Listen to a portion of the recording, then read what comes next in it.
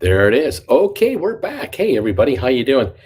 We're back for the final hour of trading today, Monday, December the 12th, 2022. Welcome, one and all, to the show here. Your buddy Uncle Bruce here, Stock Markets with Bruce. We're going to try to figure out, plain English, what's been going on and talk about continuing to write stock options and just making a bunch of money. Oh, yeah. Why not? Thank you very much, markets. We love it. Kind of keeping an eye on things. We have an update going on here. It's been a steady run for the Dow. It's not like the Dow spiked and dropped and spiked and dropped. It's been climbing rather nicely today. It's up 371. The half point interest rate is expected on Wednesday. People are thinking, well, we're going to get that. We should be okay. Why not? If as long as it isn't 3/4 of a percentage point, the market won't go nuts. Now, could it be that Wednesday when we get the 3/4 of 1%, on Wednesday when we get the 1/2 of 1% thing we're expecting, when we get that, is that when the market goes down because it went up today and maybe tomorrow a little bit? I don't know. This market works in strange ways. It likes to think it knows what it's doing. It likes to think that it's on the right side, and it's sometimes it's an opinion gauger. It's emotional.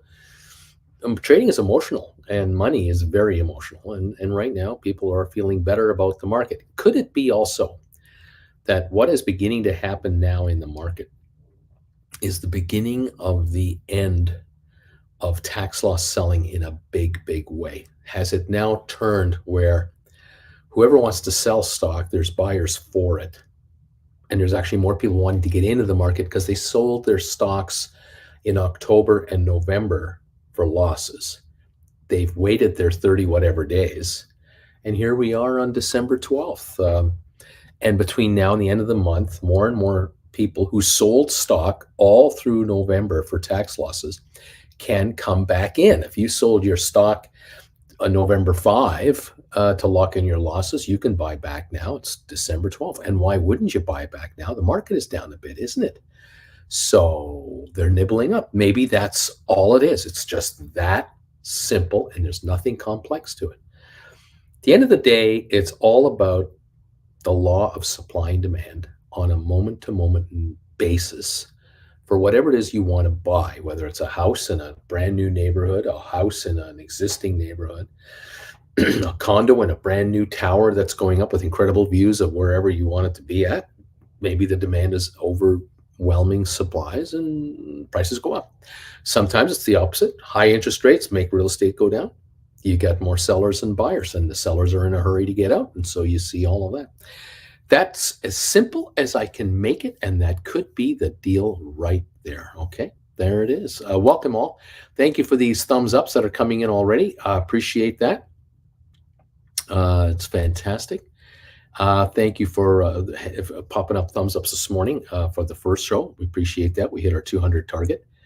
And here we go. A White Feather is saying, I'm number 27 thumbs up and bought back my January the 6th, $28 GameStop cover call I sold last Thursday for a $122 profit this morning. Then I sold a January 13, 27 cover call. How about that?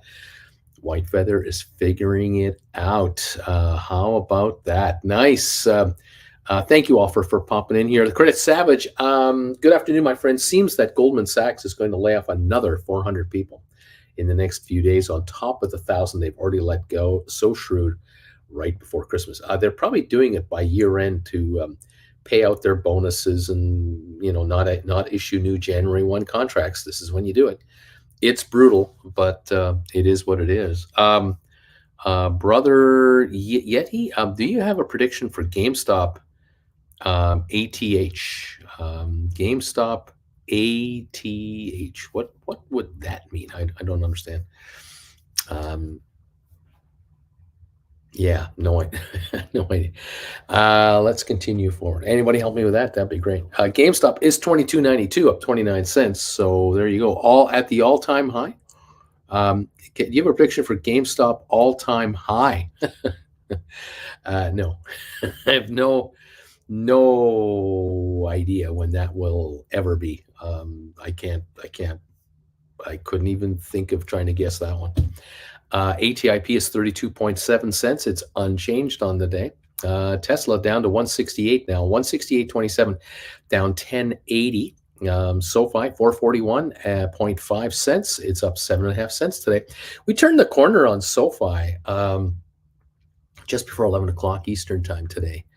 The stock was down a few cents. It was as low as 427. Nothing catastrophic, but quickly got back to that 430 range, and was in that 432, 33 range, and then it broke into the positive territory, and it's been there ever since. We got up to 448, still at 441, and 18.6 million traded. And there's another sign.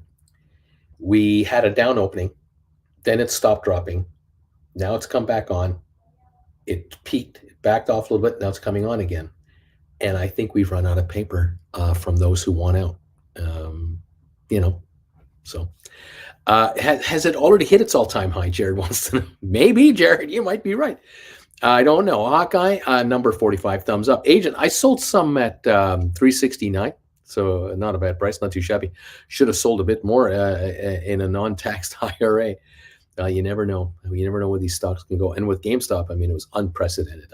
A stock that was $2 to $4 a share in 2020 went up to 400 something in the 2021 year, and had gyrations of $15, $20, $30 a day. Who sees that as normal? Not nobody. But that was the new normal at that time. Crazy times. Credit service. My prediction for GameStop is that it will go up for a bit before January the 20th, and it'll go down before January the 20th. One thing is for sure, though, I'm going to make $4 on covered calls I sold on GameStop by January the 20th. That's one thing I can make it. Jared, it could maybe see 35, 45 another time. Maybe it's possible. Yeah, it's possible. You never count out GameStop. You never say with certainty this is definitely what it's going to do, or definitely not what it's going to. You can't do that with GameStop. You have to be. You have to respect it. You have to respect that the stock can really take a run at any time, good or bad. Don't forget, what was it, last year or earlier this year? Earlier this year, we saw a run where this is pre-split, where we noticed on one series of days, but in one particular day, the shares were sitting at around low 90s, mid 90s, and they just came on and they gained ground, and they went through 100, and they kept coming and coming, and there was no news, nothing, and they went up to like 116, 118, and then we found out the next day, I think it was, a filing was made by Ryan Cohen that he had bought 1 million shares in the open market, and that's what ran it from the low 90s to the 118 level. And the follow-through of that ran the stock to $210, $220 within the week. Within the next 4, 5, 6 days, the stock was $210, $220. And I had on this channel right here with my viewers, a ton of viewers who had written calls at 85, 90, 93, 95, 98 to 100, 101s, 105s, 110s, and we're writing up and rolling up into 105s and 110s and 115s, and then rolling again to 115s and 125s, and rolling again to 135s, 150s, 160s. Rolling and rolling and rolling. By the time they rolled into the 140s, 50s, and 60s, the stock was already coming the other direction. And 2 months later, 3 months later, guess where the stock was? It was back to like $100 a share. And everyone that did this, who rolled up and folded their arms, doing what Uncle Bruce said, they all witnessed the stock back off. Now, some folks got exercised through this whole thing because of the melee that was created. This is not normal trading. The mayhem that was created with the running up of the market. People got exercised. And then they just did this too. They just sat back and folded their arms and went, well, I'm not going to jump all over this stock. I'll let it come back. And it came back and it came back. And every couple of days, and then it accelerated. Once we got down to the 140 level, and then 135 and then 130, that's when the acceleration began to happen, where comments came in. I just bought back calls that I wrote at whatever price for, 60% less, 70% less, 40% less, 70%, and rolled down. And I had a lot of people make a lot of money on that whole crazy run, which had nothing to do with reality. Cohen just increased his ownership of the company and said nothing about the company, said nothing about why he bought it. What was he excited all about? Nothing, nothing. It was a total mystery as to what was going on. It was unbelievable. And what a crazy run the market had. I mean, a crazy run. But you, as an option writer, you just let the stock make its move, and then you go with it. And that's what people did, and they did very well. 2287 today, up 24 cents. That's what it's doing today. Do I have a reason? Nope. Can I give you one? Nope. It's just up 24 cents. And that's where we're at. Anyway, fun times. Mirko, I am thumbs up number 48 for this afternoon show. Uncle Bruce, thank you very much. Let's see, Zach, I'm also number 48. So there's a bunch of 48s going on here. The credit savage, oh yeah, I'm number 50. Yay, welcome to Stock Talk with Uncle Bruce. Happy Monday. Alex, Uncle Bruce, in your experience, does volume dry up a bit over the Christmas period? I'm wondering if this is a good period to have written calls as the market dribbles along. In the old days, I remember certainly doing through the 80s as a broker and a desk trader broker, and also as a branch manager at 25, brokers working under me and all our support staff. There were years where, yes, things would get quiet between sort of December 23rd to about the 31st or so. But then there were also days we were very active. We found that back then there were what we called 5-day or 5 business day settlement periods. And that meant on a typical week without any holidays, if you bought a stock on a Tuesday, you had to have it paid for by the next Monday close of business. You had 5 business days to pay up, because on the next Tuesday, that next morning, the broker had the right to sell you out because of non-payment. Now, in theory, the broker had the right to sell you out the next day if they felt that the order you were making, there was no way you were ever going to pay for it, or if you were running a margin account and you were under margined already, the broker could sell you out immediately. Total discretion with the brokerage firm. But typically speaking, we, the brokerage firm, would give our clients 5 business days to settle up with their trades. Now, conversely, if you sold stock on a Tuesday because you needed to raise money for, whatever you needed the money for, we would write you a check the next week. So the next Tuesday you could come and get your check, or we'd mail it to you, or you could pick it up, or the broker would deliver to your office, or we'd send a courier, whatever you needed. If you had a margin account, however, if you sold stock today, we'd cut you a check tomorrow if your account was still fully within margin guidelines. So if you could borrow $30,000 tomorrow on your account and you wanted $5,000, we'd cut you a check for $5,000 right there.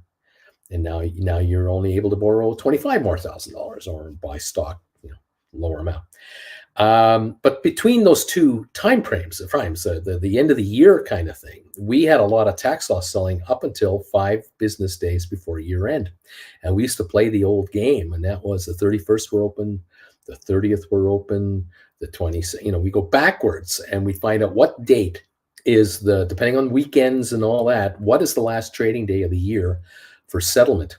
And certainly cash settlement was the most important thing. And so after cash settlement day, things definitely slowed up because the tax loss selling motivation was over. There was no need to sell anything anymore for a tax loss for that calendar year. So that happened. It's not as crazy anymore though, because we now have pretty quick settlement here on the securities. Bobby, I think after next Wednesday, the rest of the year is a write-off. Holidays will start. Alex, by dribbles along, I mean the market doesn't really move much or down much. Yeah, that too. With lower volume, you're going to get quieter times. But I can't remember specific examples, but there were occasional days in the last 2 weeks of the year that were busy. Sometimes there would be mergers announced between two companies for a year-end announcement. End of the quarter, they wanted to get it on the record or whatever. But it varies. You got to be on your toes at all times, I think. I swear, I enjoy my pizza while watching you all. Fantastic, pal. Brian, thumbs up 61. Thank you, sir. Credit Savage. What's going on with SoFi? I don't know. I did buy back the last 10 contracts of my January 2024 $10 calls I had sold for 51 cents. My stink bid hit for 35 cents. Used that money to gamble and won, and used that to pay credit cards. How about that? Well, we're up 400 on the Dow. GameStop's up 26 cents. ATIP is at 32.1 cents, down 7 tenths. Tesla down 11. SoFi is up 6.5 cents to 440. Apple's up 143 to 143.59. And HPQ is up 69 centinos at 28.90. Amazon up 70. Home Depot up 680. Costco up 67. Netflix down 658, although it's coming back on. Pfizer's up 34. IBM up 132. Microsoft up 543. We got Vanik Semiconductors up 313. Adobe up 571. Goldman up 296. Google down 8. Boeing up 557. Moderna up 1344. Off 1344. Pardon me, to 163.91. Meta down 114. ME down 7.5. Rocket Lab up 13. Matterport up 5.5. SmartRent up a dime. Spire unchanged. Cyxtera down 6. Royal Caribbean up 50. AMC is down 6 cents, and the Ape shares are up 7, but they're at 84 cents. Yuck for those preferreds, man. Oh man. BBBY, Bed Bath Beyond, up 1.9 cents. Carvana down 8.5. Robinhood up 23 cents. BlackBerry down 1.5 cents. Target down 183. JP Morgan up 177. Costco up 209. Walmart up 239. Disney up 86 cents. Nvidia up $4. American Airlines up 51 today to break $14. First time in a couple of weeks. Over 14. At least it seems like a couple of weeks. Interesting. All right. Welcome, everybody. 415-point gain on the Dow. We're up 41 on the S&P. NASDAQ is up 95.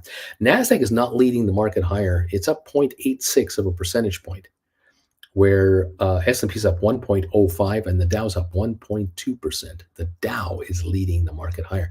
The Dow is much more affected by interest rates than NASDAQ is, because Dow stocks pay dividends, and dividend stocks are compared against Treasury yields.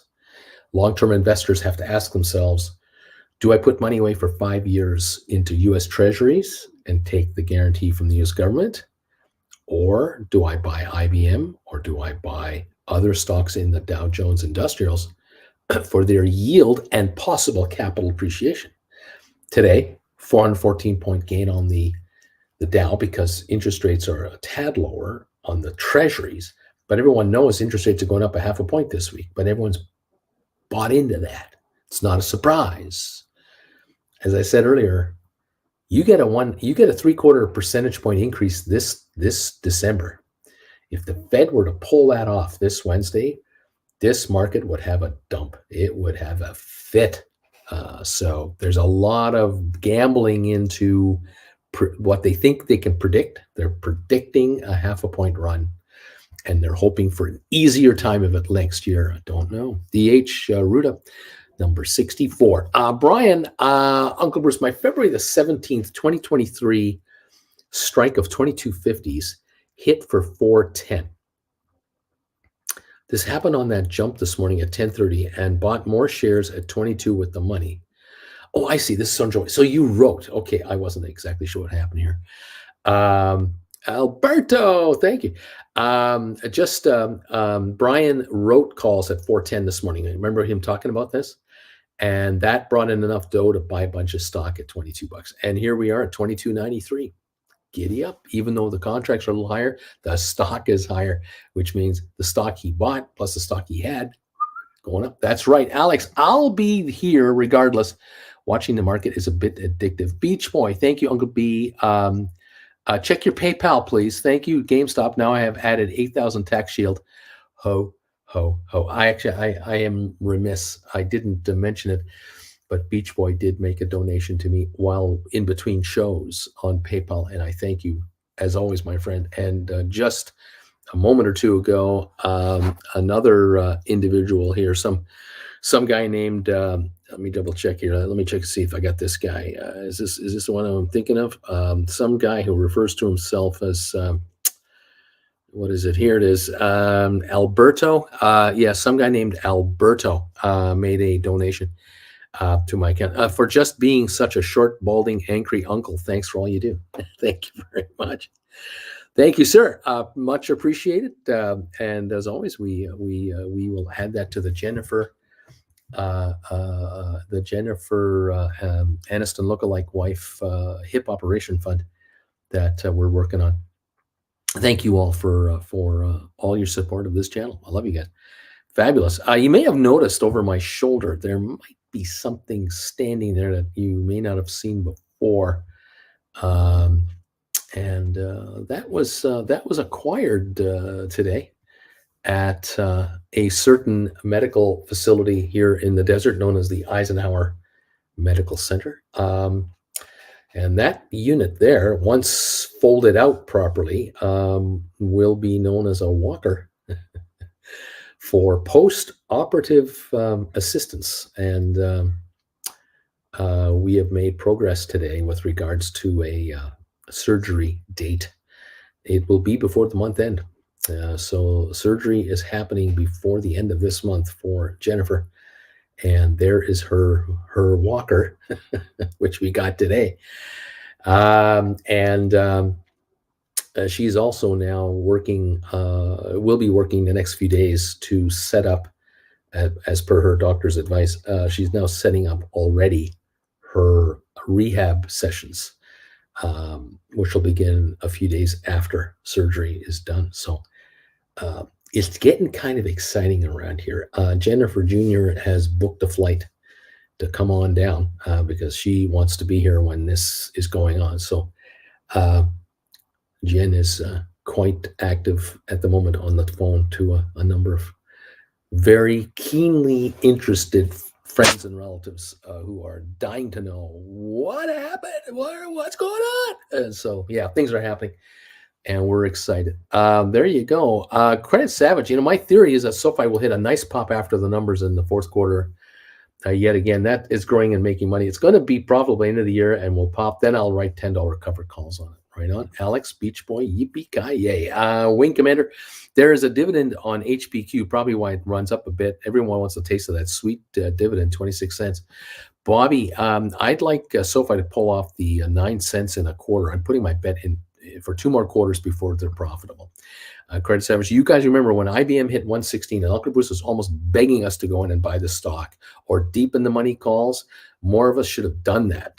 That's true. That was an opportunity there. Wing Commander had to roll up 27s expiring today into Feb 28s. Got additional 50 cents per contract. Right on. Alberto, I'm here. What I miss? You can start now. Travel to the Canadian border. I need to. I need to. Coyote. Alex, Wing Commander. Yes, also means a sell-off on Wednesday. The day Jay Powell speaks could be spicy. Adam, 2 GameStop covered calls. January 20 sold for $475. They're $189. Still too early to buy back, you think, for Jan 20? Well, it's the third Friday in January. I don't know what your exercise price on these are. I don't think you mentioned that. They're $189. I'm going to guess you wrote, what would you have written? 2750s, 2625s, 27s, 28s. You've got a couple of choices here. One of which is, would you consider writing a lower priced strike for the same expiry? You said Jan's, right? So let's take a look at January's. January 20s. There we go. January the 20th, and you say they're about 189. So you're talking about the 2625s. Okay. Well, you could buy those back and write the 2375s, same expiry. That would bring you You might pull off $1. I mean, if you can get a stink bid on buying them back and then get a stink offer on writing, you might score $1. But the stock's 22.98 at the moment. Is a possibility. Another option to follow, another idea would be to go to February. And if you went to February, let's take a look here. February the 17th, the 25s are 310 to 330. The 26.25s, the exact call you have, are 267 to 287. Probably a bit too far to the money, maybe, to consider those. But I'm sorry, you have 28s, I think I said, didn't I? No, 26.25. So I take it back, 26. But you could write maybe 23.75s and try to score 350 to 375. If you could score 370 and buy these back in the low 180s, there's a nice little $2 share pop up there. 2 contract, that's $400 more to you for a month. That's a thought. Lamp, Tech Walker, Texas Rangers, says Zach. Larry Titus, hi everybody. Number 70, Bobby. That's great. Beach Boy, so the non-lamp is replaced by a non-walker. Alberto Beach Boy, how dare you beating me to the donation? Bobby, will the daughter be joining you for Xmas? We can't say, but yes. Hector, ATIP for the post-op physio. See, I hadn't even thought of that. Adam, 26.25s, maybe. That's the ones he wrote. I got you. Yeah. Beach Boy, Alberto, I'm still master of my own domain. Beach Boy, Bobby, my daughter is joining for the Hanukkah holiday Festivus for the rest of us. There you go. Yeah, everyone's getting all jazzed up. Friends of ours up north are all really happy, and they're just they're amazed at how healthcare works down here versus up in Canada. But they're also very what's the word I'm looking for? They're very aware of the fact that we are paying for it. It's not free. You have to pay the price to get this done. And so if you want, you want to get a hip replacement surgery in just a couple of weeks, you're not going through a public healthcare system because in Alberta the problem up there is that not enough facilities, not enough doctors available, and technicians and all the other people around the doctor. I mean, it's a team of a bunch of people here, the labs, the admins, the whole thing, the equipment, everything. We're down here because it is a paid for system. You have insurance companies that can offer it obviously to a degree, depending on what your deductibles are. And then those who pay cash, there's room for you guys. And that's it. That's what we're doing. In Canada right now, in Alberta, Jen would have to wait probably 3 to 4 years. And she's on the list, but 3 to 4 years. And here, the doctor, after the x-rays were done, within 30 minutes, the x-rays were done. The doctor is consulting her privately and said to her, okay, just, take a walk down here and let's walk back this way. I want to see. And then he kind of walked with her, and he's got her hand on her hip to feel the joint and all. He's looking at the x-ray, he's confirming everything. And he said, you need both of them done, don't you? She says, yes, I'm aware that I need both hips done, but one is far worse than the other. Yes, that is correct. He said, and we're only going to do one at this point anyway. He said, I would never have you do both at one shot. We'll get one done, and we'll see how you recover from that. And we'll see how things go and see what kind of mobility you're up to. And perhaps it might be a year from now, you might get the other one done. But we'll get this one done first, because this one it's well past time. She goes, oh, I know. I should have had this done 10 years ago, but it wasn't as bad then. Now it's really bad. COVID screwed everything up. This should have been done 3-4 years ago, but the COVID thing and then. Well, welcome to 2022. Welcome to the new world. Thank you, everybody, for being here. All right, we're up 469 on the Dow, 26 cents on GameStop. We're down 0.7 of a cent on ATIP, down $11 on Tesla, 168. SoFi up 9 cents, Apple up 179, and HPQ up 75 cents. Okay, thank you. ATIP, I don't even know if there are ATIP centers here. I'd never thought of. Jen has 12 post-op physios included in this package, this entire procedure. And then we determine after that just, what happens next. We'll see. It's all news to me. All right. Thank you all. Biggie, Alberto, Biggie says, time to get paid, blow up like the World Trade Center. Biggie, time to get paid, blow up like the World Trade Center. I don't know what that means. Hope it's all good. We've got, I'm thinking, Alberto, your Tesla calls have got to be lower now. And you may want to just write them out. I don't know how long they are. I don't know which ones you got, but way to go. I know there are viewers here who have written Tesla calls in the $180 to $200 level. And the shares have, been weakening a little more. And here we are again at this level. It wouldn't surprise me if we go lower. We'll see. I don't see a reason why the shares would go to 240 and 250 right now. I don't have the answer for that. But we'll see what kind of deterioration these contracts have out there. We'll keep an eye on it, as we always do. Thank you all. Let's see here. What else is going on? Let's get back here to my markets and see what we have. There we go. 22.92 on GameStop right now. Okay, there we are. I was going to ask you guys a question. There's about 160 of you here now. It's not a big crowd, but I thought I'd ask you guys this question. I'm kind of thinking of running an experiment on this channel. I'm not sure what day, but I might do something like next Wednesday. I might do something next Wednesday as an experiment to see if it has any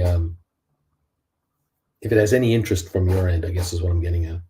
What I'm thinking about doing is setting up basically what I'm calling a 6-on-1.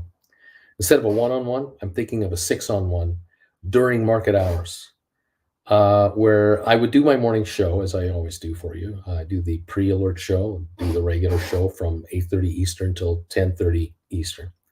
But before 1 o'clock Eastern rolls along, I'm kind of thinking that for an hour in between the two shows, while the markets are live, that I would do a 6-on-1 session where I would have 6 viewers join me on camera with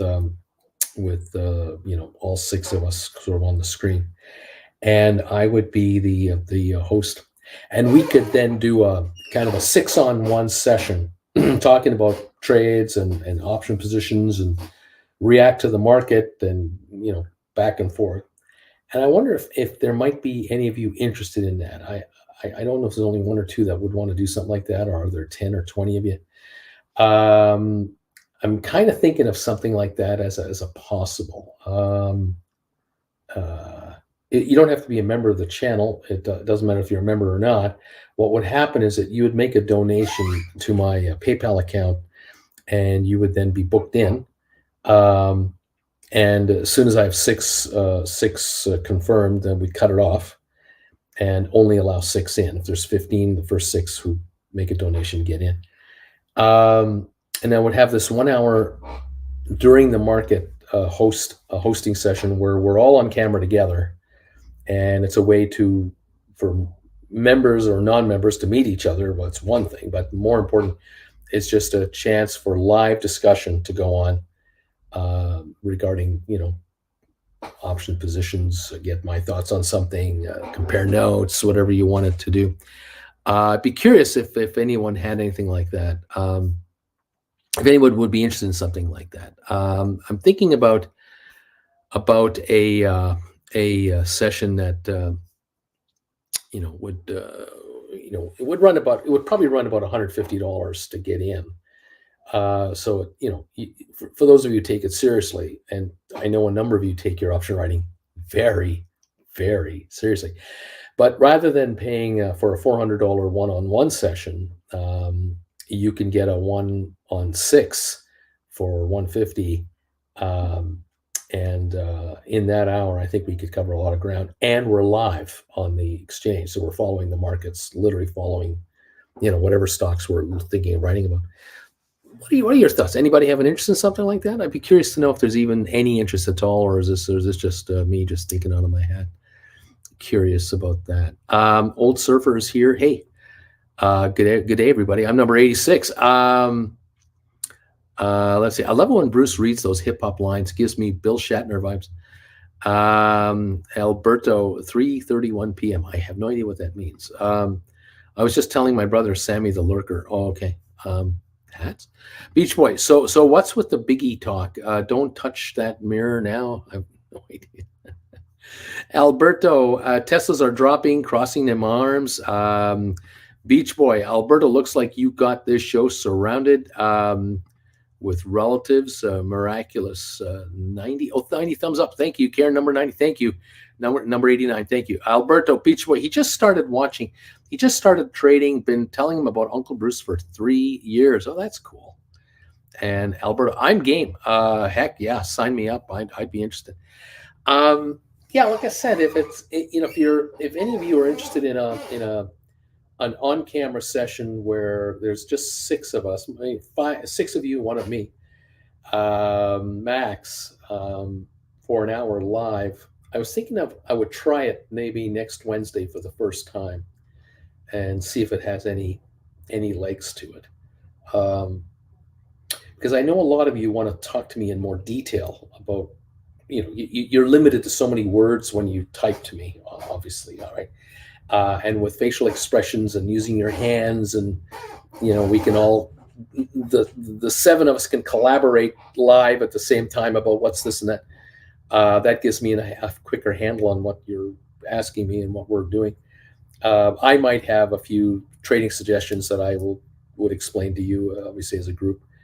And you guys do what you want when you want, but you don't have to be specific in the group. You don't have to tell the rest of the group what you're doing, exactly what you have, or anything like that.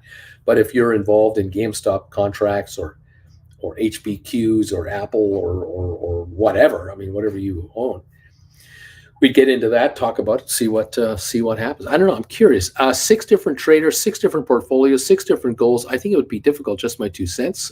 Karen, I think the more experienced traders would be the most interested in this. Zach, what if that hour was geared towards a specific stock or 2? DQ, I'm number 97. DQ, long day. Yeah, I'm thinking it would be geared towards what we talk about anyway. So we talk about, we can talk about SoFi. We can talk about the ATIPs and the Matterport and the MEs, and we talk about what's been going on. We might be talking about what we talked about on the show earlier that day.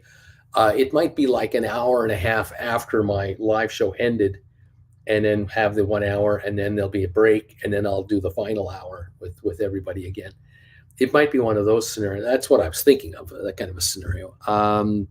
See, Samuel, Estrella, new member. Thank you for popping in here. Chilling with Uncle Bruce member. Welcome, Samuel.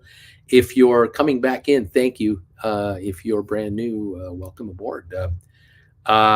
Deuce Caboose, DQ, yeah, today was fun. Alberto, that's my brother Samuel Estrella, laughing out loud. Right on, the bros here. Fantastic. Splair, on 3rd or 4th run of this meetings, I would probably give it a try. There you go. Well, it's not for everybody. Obviously, if you're a brand new option writer, you're gonna be comfortable with just hanging out with us and watching and learning what everyone's talking about. You'll take some classes. You'll build some confidence there. But if you've been around a while and you've had a one-on-one with me already in the past year, this might appeal to some of you. Maybe one of these once a month. You might want to do one every month or so and say, yeah, Bruce, I want to have a one-on-one with you, or 1 on 6. Here's a $150 donation. Count me in, slot me in, whatever.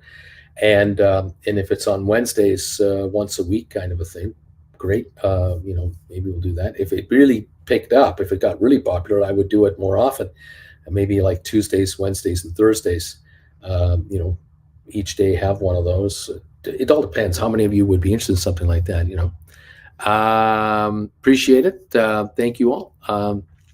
What do we got here? DQ, I just rolled Cisco December 16, 42 and a halves out to July 21, 2023, 45s. I only brought in about 14 more per share, but I moved up my strike 250, and there you go, right there. That is your move. That is an excellent move right there. Cisco's 49.18, and you've just moved up to 45s. And that is what you do. The stock wants to keep going. You're going to keep following it. And if you roll up to 46s or 47 and a halves a month from now or whatever, you'll do that. You're going with it. If the stock wants to back off to $42, $44, you're going to be out of the money. Those contracts are going to come back down. So way to go, DQ. That's a good job. SoFi getting a little bumperooski right now. Well, we like to see a little bumperooski for sure. Up 9.5 cents. GameStop up 25 only today. BW Samuel, welcome. Alberto Sammy finally joined. About time. Beach Boy, welcome Samuel. Samuel, excited to be here. Special thanks to Alberto for informing me about this channel. Welcome, my friend. Great to have you here today.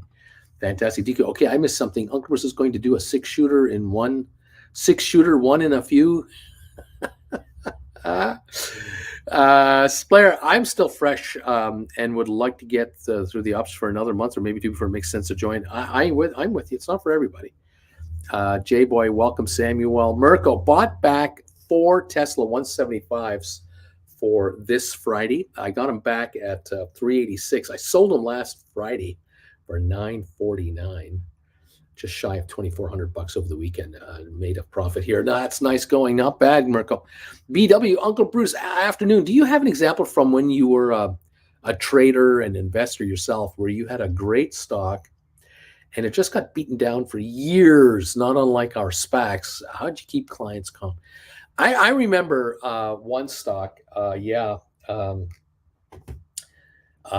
got involved with a stock that was about a $4.50 stock, and the company was traded on the Toronto Stock Exchange, but they were based in Alberta, and I was working at that time. This would be 1980.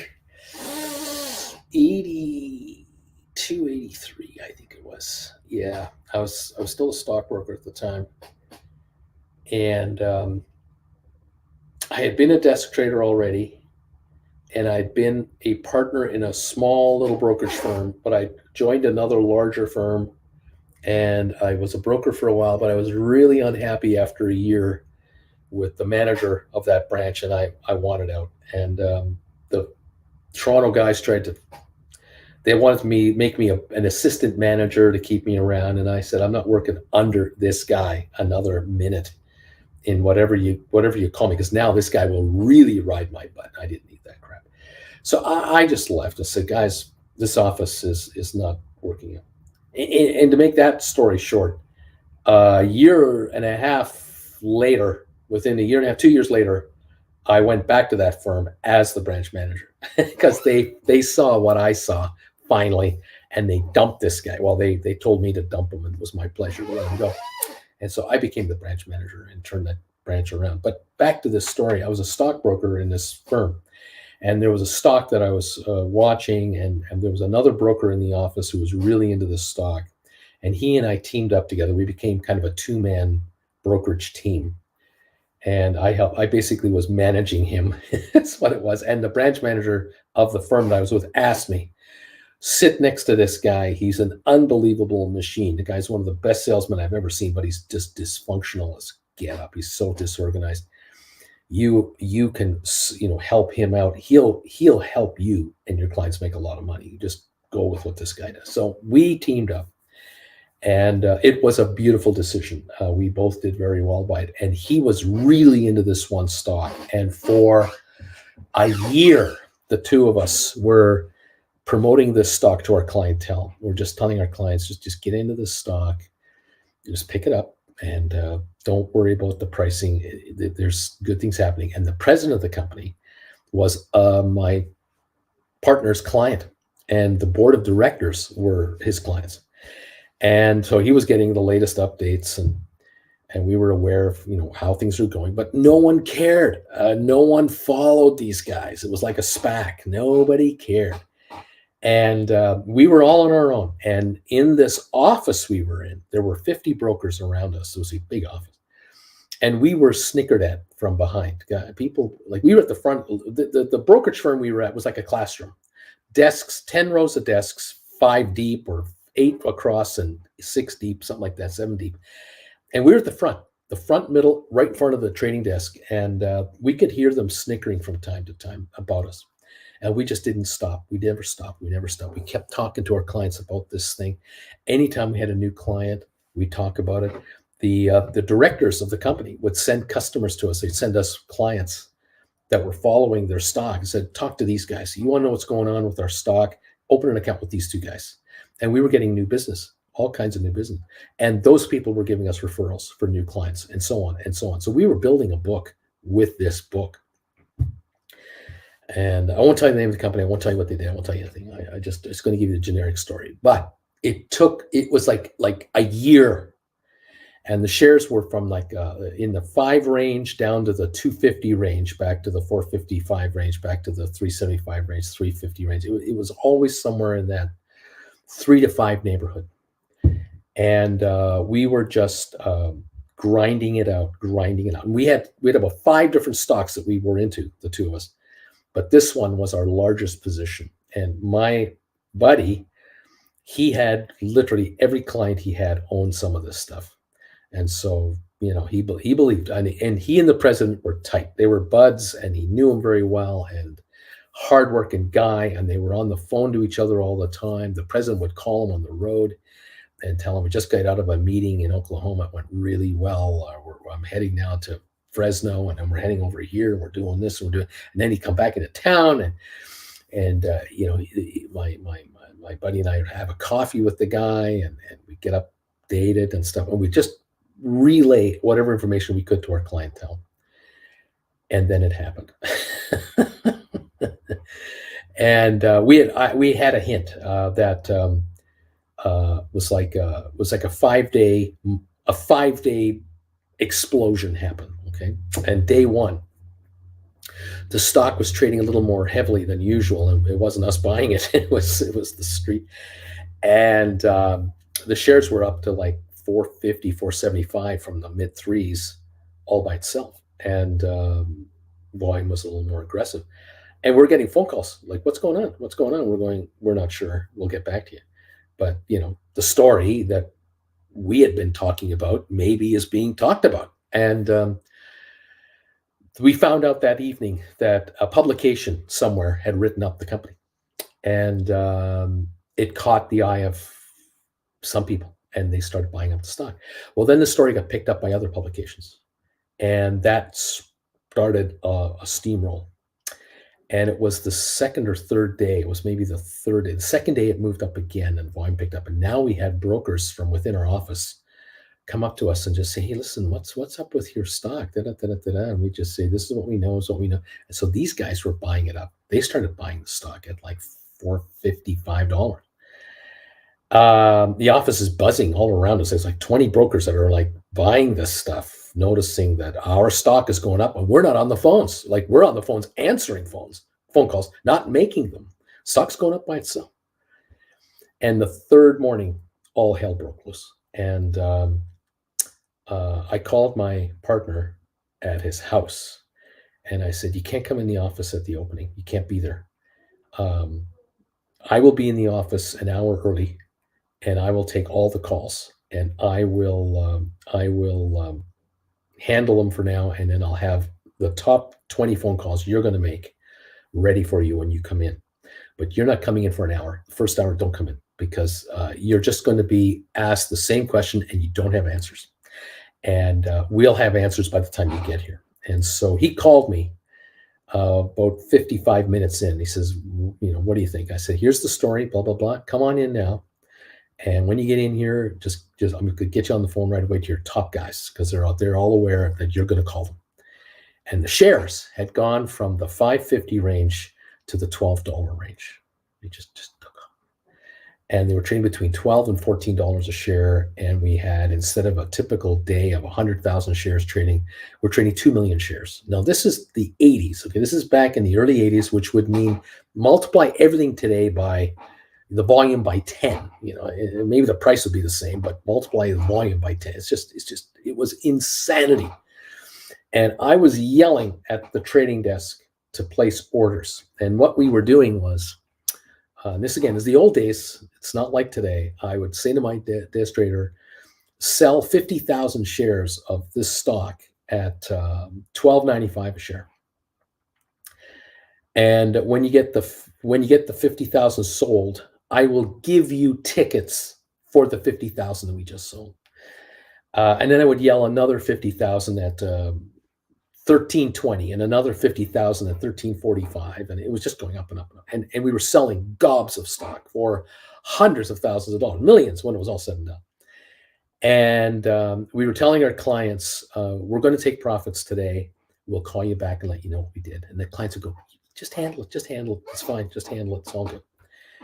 And we were in total control of what we were doing. And we ended up at the end of the day selling off like 400,000 shares out of the millions we had, or whatever the number was. It was staggeringly wonderful. And a big bunch of our clients, they made a lot of money, and they got all the money off the table that they had into the stock, and whatever they still had was free, that kind of a scenario. And that was day 3. Day 4 was a really crazy, hectic day, and the stock fluctuated back and forth and back and forth. We'd buy, and then we'd sell some and buy some.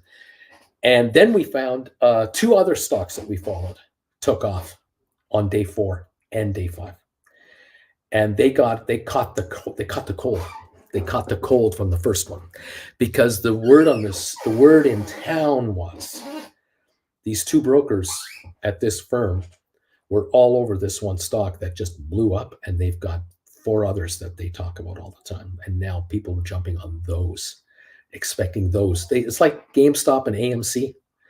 They had nothing to do with each other, but because of the affiliation and the connection, they went up.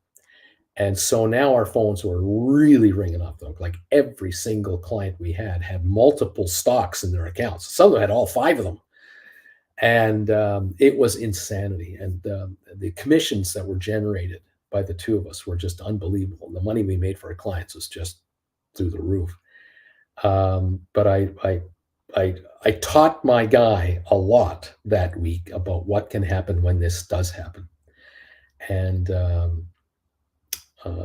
the firm that we worked with, up until that week, we were a salvage project because the 2 of us were put together to work with each other. Then we started making decent commissions prior to this whole thing. And we were building a decent book of business and growing a lot of clients, a lot of new business coming in, stocks being transferred in, money being wired in, clients all over the place wanted to deal with us. So they were respecting what the hard work we were putting in, and we were putting in the hours. And the 2 of us moved up the ranks in the firm as to how much money we were generating in the house. And we were now, my guy, who was a top 15 guy out of 50, was now a top 5. And I, who was the newbie, was maybe 38th place. Now all of a sudden I'm in 15th place. And then the week came, and after that he was top 4. He's not going to be in the top 3 because they were owners of the company. They made the most money. And then in my case, I became like a top 10 guy in the house. And I didn't have near the book this guy had. I didn't have near the size. But this is what happened to us. We really scored nicely, but we were able to take advantage of the run because we were in early. We were buying when no one else was buying. We were the only buyers. Like, we were just slowly acquiring stock and stock and stock. And we were talking to the president saying, we picked up 20,000 shares, but it still dropped 30 cents today. But, we'll just keep nibbling it up. And someday your day will come. Well, the day came, and the week came. And huge monies were made, and everybody was now calling the company for information, and they would say, well, call these 2 guys. You want to know what's going on? They talk about us all the time. Why don't you talk to them? You should open accounts with those guys. And so we were opening even more accounts. Those are the good old days. That was the early 80s. And eventually, it was only a few months after that that an opportunity came to me where I could go back to the firm I had come from and now be the branch manager and vice president for the province of that company. And I took advantage of that move. I tried to get my buddy to come with me. I tried to say, why don't you come and join me? I'll be your manager now. And he went, no, no, no, no. I like you as a partner, but I don't want you as my boss. I said, I get it. It's okay. But we remained friends for many years. And occasionally we'd chat with each other and just kind of, we'd heard rumors and we'd compare notes. But that was our days. That was an unbelievable day and week. DQ, and on that Cisco roll on paper, it knocked down my short-term capital gains for the year. Okay. Welcome to the fam. JR is saying, Alberto is saying, DQ, nice work. Karim, where's Zool today? Brian, Mirko, that is nice. DQ should knock down my tax bill considerable for 2022. Okay. There's no Dana. There's only Zool. DQ, thanks, Alberto. Splair, sounds somehow like I've already heard about that story from Uncle Bruce. DQ, yeehaw, DQ. Guess I should have held on to my Tesla short. And what else? Mirko, now I'm thinking to generate some cash. I'm going to generate some cash to sell two June 2024 Tesla 130s at 73. Do you like that move or other thoughts? And the other two selling more short term. Okay, I see what you're doing. You're going to write deep in the money calls on Tesla. You write 130s and you're taking out 203 if you get exercised, and it's a 168 stock. What's wrong with that? Nothing at all. If the shares go lower, those calls will go lower. Obviously, if the shares stay where they are, the calls are only worth $38 and you're getting 73. I like this move. I like this move. Options, we'd be interested. I'm curious how it would go. I agree with Mr. Premium. 6 portfolios with different goals could be tough, but game to try. Yeah, we're not comparing, accounts with us, but the overlap would be quite good. From where of course, I'm in the quarterback position. I know what a lot of you are doing and what you're up to, but it could well be that some of you get a lot out of it in that we'll be talking a lot of strategies in that hour. We'll point at specific stocks at that moment in time and say, see what that's doing right now? Look at those calls. And we'll then compare notes about, if you were going to write calls on that stock, you'd write these, not those, and here's why. Or here's what you're going to do on a rollover. Some of you would have rollover scenarios that are in front of you that you might want to wonder about. You want to ask the others. And we're all, working in this case as a collaborative team to just say, well, this is an idea, this is a thought. Each of us has to make our own decisions on how to do it. But I'm wondering if that might be a useful thing. It's not a primetime show. The primetime show has many, many, many more people than this. This would be an intimate group, and there may well be 3 of the 6 that are really interested in talking about a specific thing, and the other 3 are more than happy just to be there and put in their 2 bits worth and absorb a bunch of information that they hadn't even thought that they would think about. And it could well be that of the 7 of us there, a number of you will learn things that you didn't know existed, or you didn't think. You now have a new way of thinking about option writing, a new way of thinking about the market from another person's angle as they explain what their thoughts are and why they would think of this, or why would we not do that, or would this be a good idea? Why would this not be a good idea? I'm thinking more communication, the better. If I were to do this, it's another hour of my life minimum, and it'll take more than an hour because it always does to work this. But if it became really popular, then I would try to incorporate more of that into the channel or through indirectly into the channel, because obviously it's not a public broadcast. It is a private broadcast between the 6 of you and myself. It is whatever we talk about is between ourselves. We're not here to promote this to the world, go blab out there what we're talking about. It's our own little, group session. And the next time you were involved in it, there might be 3 people there that were there before, but 3 others that hadn't. that kind of a thing. On the other hand, some of you might go, nope, I'm only going to have one-on-ones with this guy. I don't ever want to talk about anything I do with anyone else other than him. One at a time only, once in a while. Fair enough. Again, it's something I'm thinking about. I'm thinking it could be just as valuable as a class. It could be as valuable to you, some of you, as a class, rather than being in a class session with 30, 40, 50 other students. You're down here with 5 others, and there's 12 minutes of time for you for sure. Plus what I expect to be talking about, all 6 of you are going to want to know about it. You're going to want to be on top of that. I'm not coming in with an agenda. I'm not coming in saying on Wednesday's class or Wednesday's session on that 6-on-1, we're only going to talk about this. There's nothing like that. We're going to talk about what's going on today, what's happening now, what's been going on this week and how it's affecting us, and how many of you may have written calls last Friday and look what's happening today, or you did rollovers yesterday, look what's happening now.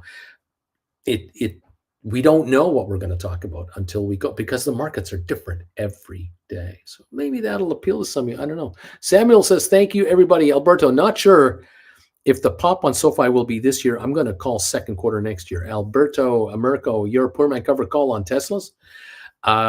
Deuce Caboose, Alberto, it hinges on whether or not their technology segment can actually get clients to buy into their single core infrastructure. They haven't had much success yet. Deuce, and they put a ton of money into it. Alberto, got it, praying, money, whatever. Splair, and by the way, no, it was a different one, but it started again with the Alberta Stock Exchange. BW, thanks, Uncle Bruce. Old time stories are great. Abram Jimenez, AJ, I am thumbs up 105, buddy. You are over the 100 thumbs up level. We are shut down for the day. Thank you, Lair. Splair, we're done. JR, there's the bells. Way to go, Lair. Thanks, Lair. DQ, thank you, Senior Larry. Alberto, Uncle, I enjoy the Wednesday night gold member sessions. I'm in. I like the intimacy as well. Splair, I wish everyone here relaxed and good night. I'm way too sleepy already. Alberto, see you, Splair TV. You take care. Thank you all so much. We ended up with a 528 gain for the Dow, but only a 6-cent gain. 6 cents on GameStop. 22.69. Couldn't hold even 25-cent gain here today. That's interesting, isn't it? With a 500-point Dow day. ATIP lost 1/10 of a penny, so 32.6. Tesla down 11.23 at 167.82. SoFi 445 up 11. Apple up 233 for the day at 144.49. HPQ gained 82 cents. Amazon up 146. Home Depot up 744. Cisco up 84. Netflix down 483. Pfizer up 45 cents. IBM up 213. Microsoft up 7 bucks. Vanik up 392, Adobe up 753, Goldman up 398, Google up 49, Boeing 664 gain, Moderna down 12, Meta Platforms down 1, ME down 8, Rocket Lab up 15, sorry, Matterport up 4, and SmartRent up 6, Spire down 2, Cyxtera down a nickel. There you go. See, another thought I had about this during the market hour thing was the possibility that I might do one-on-ones Tuesday, Wednesday, and Thursdays between the early show and the late show. I might offer a single one-on-one only because I don't have a lot of, I have a few hours, like 4 hours, but I need a rest and I need to get ready for the afternoon show. But some of you might benefit from a one-on-one session during market hours, and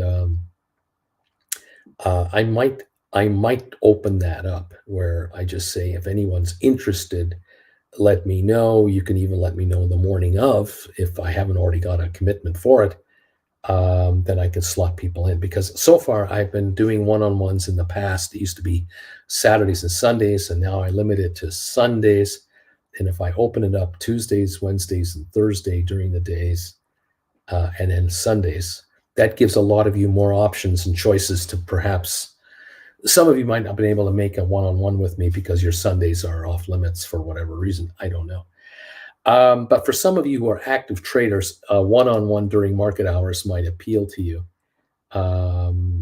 And I might be interested in, working something like that. Because for me, I don't have to study to do a one-on-one. I just have to be here to react with you and watch the market with you and compare notes. So it's relatively easy to do it. A 6-on-1 is a similar thing. It's not an organized class. It's a hangout session with your buddy, but instead of spending $400 for an hour, it's $150. You're sharing it with 5 others. But I think that all of you will come out of it quite nicely.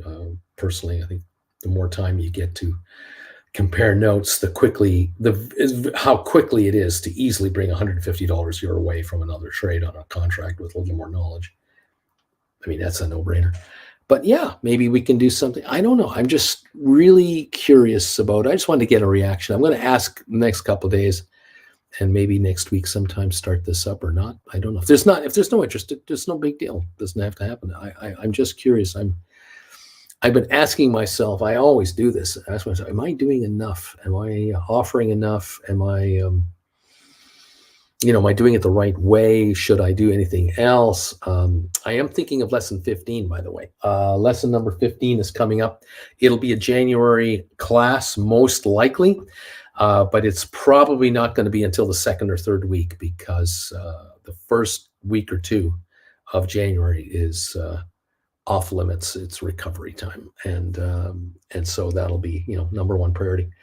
But stay tuned. I will let you in on class 15 in the not too distant future, and we'll see what's going on. Okay. Thank you. DQ, I just got some January 2025 $10 GameStops on a stink bid, partial fill right before the bell. I'm going to write on them tomorrow. Way to go, DQ. Alberto, you sniper. Splayer C. Alberto. Karen, today I wrote a poor man covered call for 3 GameStop. Jan 17, 2025 10s for 43, then sold the 3 GameStop December 30, 2022 for $1 each. Okay, you bought the deep in the money calls. You bought them. And then you wrote against them, right? I'm dipping my toe in the water with these poor men. Okay, Karen. So you bought 3 calls for a total of $4,375. So divide that by 3, and what's that? $14 something, right? And that's kind of where they've been trading at. That's right. And then you wrote 3 GameStop December 30s, which are 18 days from now, for $1 each. Okay, got it. So they must be they are obviously out of the money. Let me double check here. You wrote something for $1 that expires in December. Do I have December 30? That's right. This is detective work on my part. Which contracts were written here? Probably the 25s. I'm going to guess you wrote the 25s. Maybe you wrote the 26s, but you could have written the 25s. And if they expire out of the money, they'll be virtually worthless, and you'll keep the whole $300. Giddy up. All right. Credit Savage. Tesla is going to 150. Oh, yeah. I'm licking my chops so I can buy 100 of them. Credit Savage of Wall Street. A 6-on-1 during market hours. What a treat. I'd be very interested in that, Uncle Bruce. Alberto, the Credit Savage, 150. Really? Let's go. Credit Savage, Birdie. Yeah, man. I see that on my graph. Just like I saw 167.91 for you. JR, I'd be interested in the 6-on-1. I think it would be advantageous to discuss and hear different people's thoughts and opinions on different strategies and stocks. The thing that I'm thinking about is because you see us talking live rather than you reading just comments, because I would host a live chat between us, we get to use our hands and our facial expressions, and we get to much easier and much quicker tell each other what we want to talk about and express our views. I think that would be really advantageous. Anyway, we'll see what happens. Alberto saying to Credit Savage, let's hope. Karen, that is correct, Bruce. You got it figured out. 26s. You wrote the 26s. Got it. And that's a good right. It's a good right in that it's unlikely you're going to get exercised because I don't know if the shares can reach 26 between now and the end of the month. However, I've seen a 1-hour move before that runs it. So, whatever. But fair enough. My thinking here is that in the next few days, maybe by the end of the week and next week, your calls might be 40 cents, 35 cents, if the shares are still here. Okay. Um, that is very possible. So you may be sitting on a 50 to 70% profit in not too long a time frame. Like you don't have to wait till the very, very, very end to make a good deal on it. But let's see for ourselves. Let me double check something here.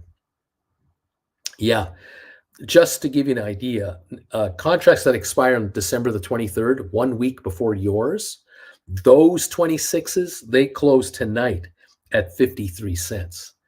And the $26 calls that expire this Friday, those close tonight at 17 cents. So in the next 2 weeks, they're going to go to 50 to 17 if the stock stays under 25 a share. Most likely, unless it's $24.99. I mean, if it's $24.99, it'll be 50, 60 cents right to the last day. But if we're in this 22, 23 neighborhood, these are going to collapse a dime, 15 cents a day now.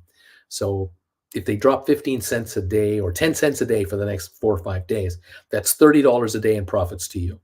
5 days in a row, $150 out of the 300 is already yours. So Karen, you're going to buy them back for less, I'm sure. And then you can write new calls. Maybe you'll write January 20s. You'll write 25s again, or 26s, or 24s, or something. We'll figure it out. You can always ask for advice from me, obviously. What do I think? Credit Savage of Wall Street. Bertie, if you put in stink bids and save more moolah, you can pay for my Uncle Bruce 6-on-1. Berta, yeah, the credit got you. Sounds good. Karen, sorry, 26s. Got it. Constantine, hi, Uncle Bruce. No stink bids hit today, but I will try again tomorrow. I am thinking March $24 for 440. What do you think? Well, let's see what the stock does in the morning. Let's see what the stock does. It'll tell you. The shares are lower tomorrow morning, the 21 something. Maybe you're going to write 2250s. You might write lower calls because the stock's dropping. We'll figure this one out together. But right now, let's not prejudge until we open up for trading. Notice the stock is at 22.65 in the aftermarket right now. And it was sitting at almost $23 just before the close, like 20 minutes. And now it's dropped 35 cents here. So we might have a down dip. I don't know. We'll see. Credit Savage. I seriously think it would be very instructive to have a 6-on-1, especially between some of us that have written for over a year. I would definitely ask questions about my portfolio and covered calls I'd write. And again, it's totally up to each of you what you want to talk about in the 6-on-1. But I think in general, we could certainly talk about writing particular calls. We may not divulge exactly our positions if you don't want to. It's totally up to you guys. I'm easy going. JR, I agree. The short 200 or less word comments make it hard to get into deeper questions and answers. And there you go. Chris Savage, Bernie, Uncle, you're on. 167 seems like support, but if we go below 167 for over 5 minutes, buddy, we're going to 165. Below that, 157. Below that, 150. There you are, Karen. That's exactly what I plan to do. Thanks to you, Uncle B. Thanks, Uncle B. Right on. Ready to go. Way to go. Fabulous. You're on the right track. And, you paid $14 something for those calls. And you're going to make, I think, 40 to 60, 70 cents on these probably pretty quickly. And then you'll write other calls and you'll make 50, 70 cents, $1 on those. You could, in theory, whenever you want, write calls further out in time. If you feel, for example, let's say you want to get a chunk of your $14 in your hand again, right? Rather than writing $1 call, you'll write a further out in time call, closer in, and bring in $350 times 3. That's $1,050 of your 40 something $100 you spent. If you buy those back at 30 cents on the dollar, right? You keep 700 of it, right? There's 5% of your entire investment. You have until 2025 to write here. And if you write another batch for $4, $1,200 more coming in, you buy those back for $400 or $500. Thank you very much. Then you write another batch. So every week or two, you might be doing rollovers here where you're hauling in cash, and you'll build up another $1,400 in cash, which might entice you to buy another deep in the money call. And now you've got 4. And now you're writing 4 calls at a time. instead of 3. And here we go. There we go. DQ. I just want to call. Alberto Burby from now on. Says the Cred Savage. That's what I want to call him.